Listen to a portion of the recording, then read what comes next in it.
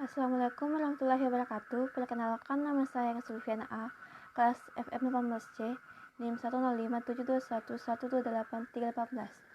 Baik, langsung saja. Yang pertama itu return of asset adalah salah satu jenis rasio profitabilitas yang mampu menilai kemampuan perusahaan dalam hal memperoleh laba dari aktiva yang digunakan. Return of asset juga memiliki standar nilai yang harus dicapai. Rumusnya yaitu NIAT atau laba bersih dibagi total aset. Nilainya kita dapat lihat pada tabel di atas dan hasilnya yaitu 3,73%.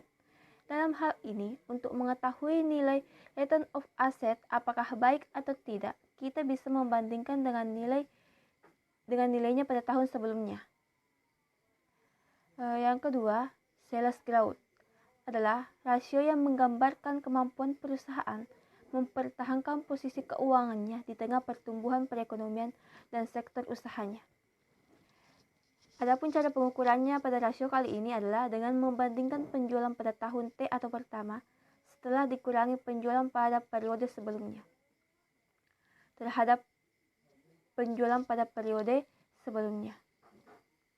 Dengan rumus net sales dalam kurung T dikurang net sales dalam kurung T kurang 1 dibagi net sales T dikurang 1. Dan kita dapat lihat nilainya di atas yang hasilnya yaitu 3,39%. Jadi, nilai sales growth-nya pada tahun ini adalah 3,39%. Yang ketiga, asset growth.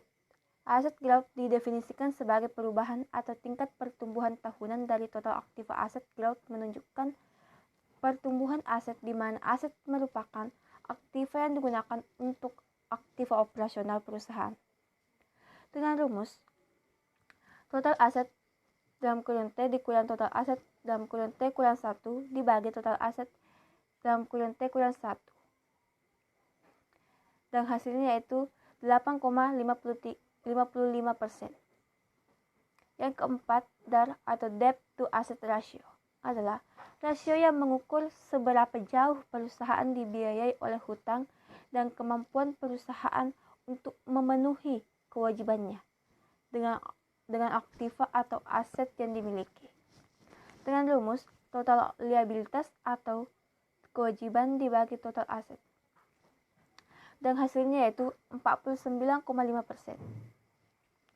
Jadi, kita dapat mengambil kesimpulan pada materi kali ini adalah operasional variabel adalah suatu dimensi yang diberikan pada suatu variabel dengan memberikan arti atau menspesifikasikan kegiatan atau membenarkan suatu operasional yang diperlukan untuk mengukur variabel tersebut. Maka, dari itu hasil dari keempat rasio tersebut menunjukkan perekonomian yang cukup baik pada operasional perusahaan ini. Sekian yang sempat saya sampaikan. Billahi fisabilillah, wassalamualaikum warahmatullahi wabarakatuh.